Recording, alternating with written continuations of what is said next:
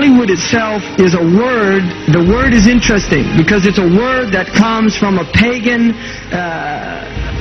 Hollywood is the holy wood, and it was the wood that the magical wands were made out of in the pagan sorcery, magic.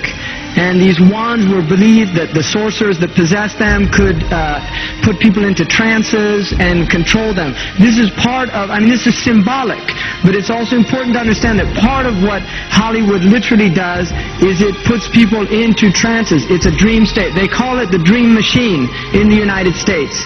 And it creates fantasies for people. It puts people into these sleep. Now, one of the things is interesting that in the part of what's done in movie theaters, in darkened rooms where people watch television, is literally a trance state that occurs through what's called suspended state of disbelief. You enter into a state, you suspend your disbelief and enter into a state whereby you begin to believe what you internally realize is imagination.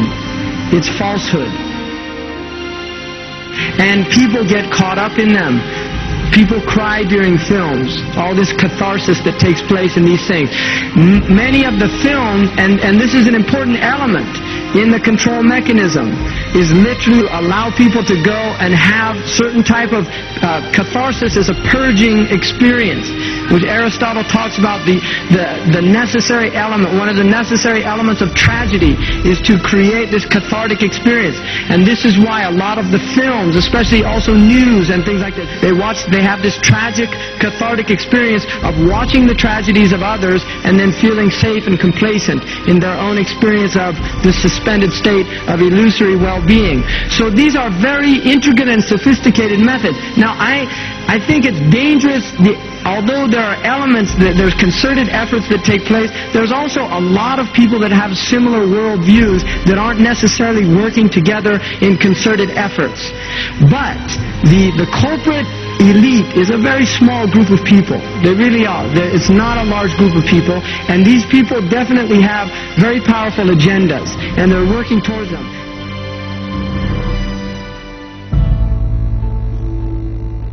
When pulling the strings behind the various forms of media, those in control would in most cases place two parallel messages on display.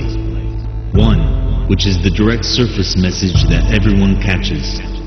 The other, however, is the deeper and more symbolic message being delivered to you. This technique is thoroughly established in the realm of Hollywood. One of the many examples of such use of dual messages is Hollywood's use of the Lady in Red, a constantly repetitive image in virtually most films. The concept of the Lady in Red plays a large role in the delivery of certain messages to the viewer. The choice of the color itself is interesting, since the color has always been associated with sexual desire.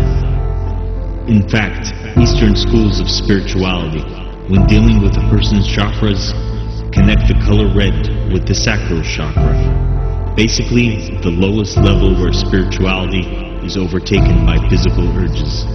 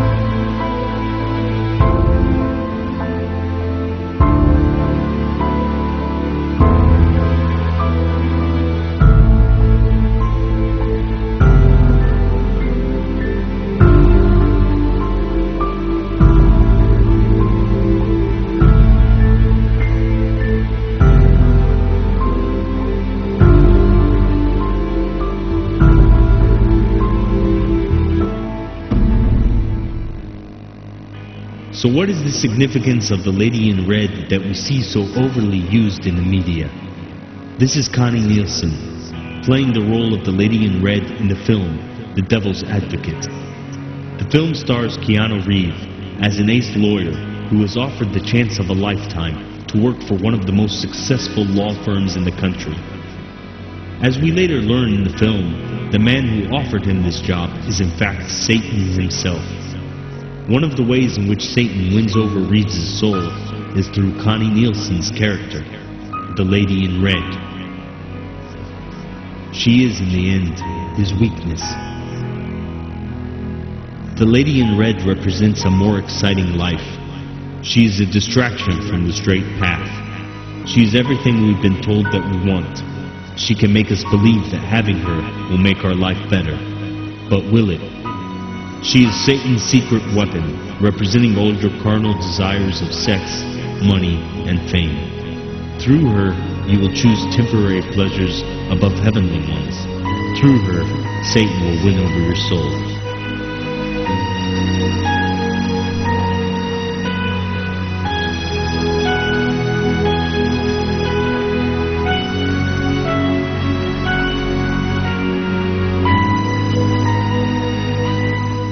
He has her waiting for you on every corner, in the shape and form of materialism, sexual desire, and all other paths he tries to lure you into.